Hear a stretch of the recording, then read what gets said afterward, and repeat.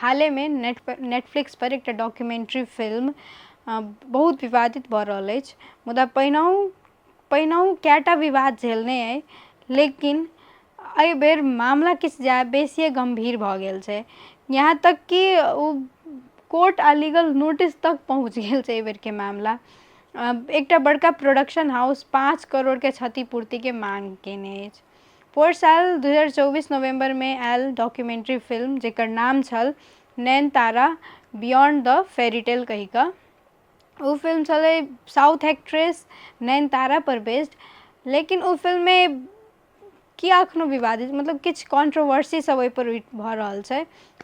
किया तऽ ओ एकटा धनुषो ओहि पर केस केने अछि कि हुनकर एकटा फिल्म छलै नन्नुम राउडी धन के 3 सेकंड के क्लिप यूज केने छै, वो बिना परमिशन के।